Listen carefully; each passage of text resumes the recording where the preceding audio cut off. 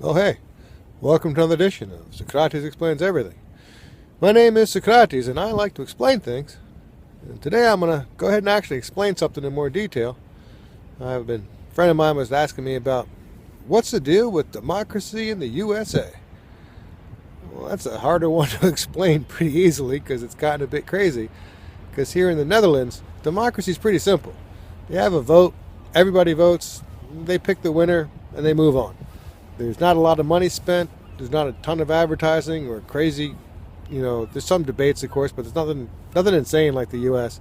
and not the billions of dollars they spend every election in the U.S. because it's insane, the money.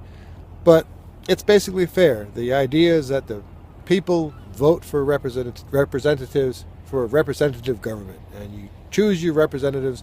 They go to government and they represent you. It's a simple concept, and it's worked in most democracies.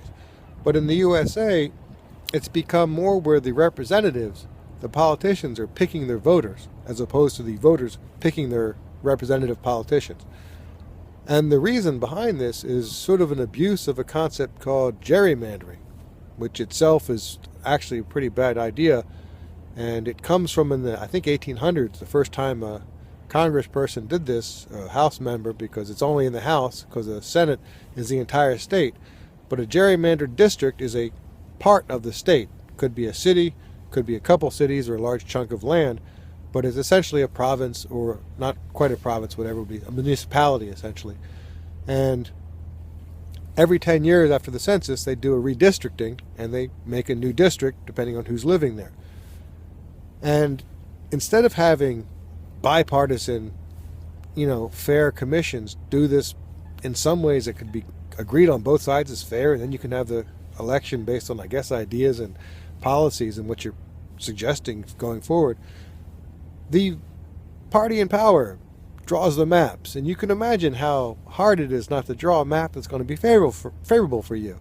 And over the years, it was, it affected the vote and the outcome, but not horrifically.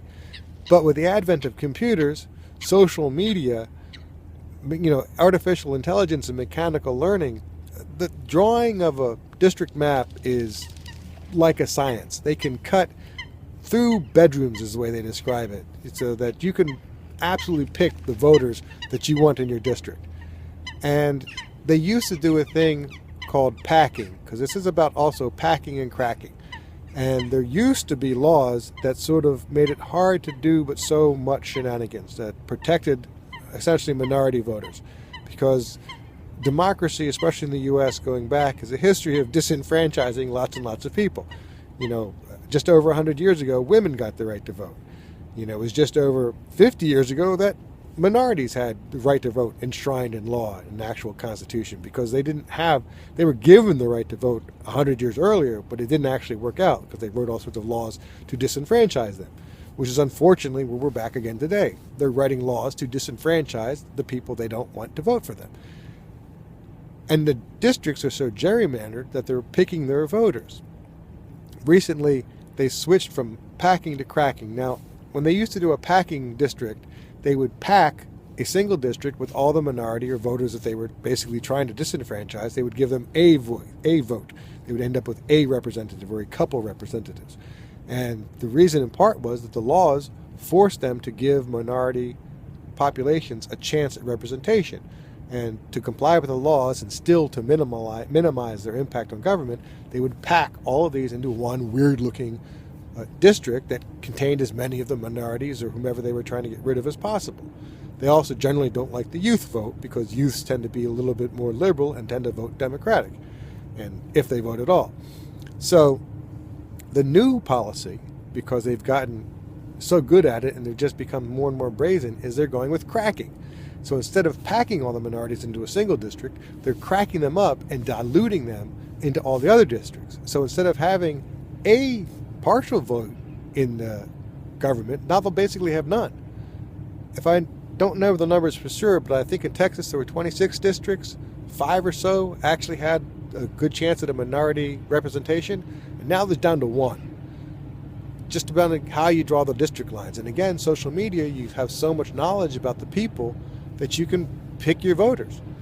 The other one that people love to talk about is voter ID, as if that should be completely fair. And it could be completely fair. Why don't you have an ID before going to vote? Well, for one thing, in the USA, there's no national ID. We don't have an American card. We can't say, look, I'm an American, here's my card. We don't get one of those. Every state is different because they love their state rights. And you can tell that this is a process of disenfranchisement just when you look at the list of acceptable voter ID cards. The ones I know for sure is that in some of these states, the National Rifle Association, the right to carry a gun, the organization of gun owners, that card's accepted as a voting ID. But student IDs are not, specifically to disenfranchise the youth vote and the people that are going to universities. Some of the black churches have IDs, also not accepted, to avoid the black vote, basically. So it's a strange version of democracy at the very least, and it's going on in plain sight, and at this point it seems difficult to stop it. But in a nutshell, that's democracy in the 21st century, or whatever the hell it is, in America, because it doesn't feel like it feels like it's the 1800s, I'll put it to you that way. So, Socrates tried to warn people that democracy didn't work very well. It's open to corruption, and it's a popular vote. So if you promise to cut taxes and raise spending, people love that. The fact that you're going to blow up the debt and doesn't seem to matter. A recent administration added $8 trillion to the national debt. It's just like, it's an insane amount of money. 40%, from $20 trillion to $28 trillion in 4 years. And for what? Did we go to the moon or Mars and make a whole new energy system? No, I have no idea where the $8 trillion went. It's truly mind-boggling amount of money. But anyway, I guess go out and vote. I don't know. It's a nice day on the water, though. Amsterdam.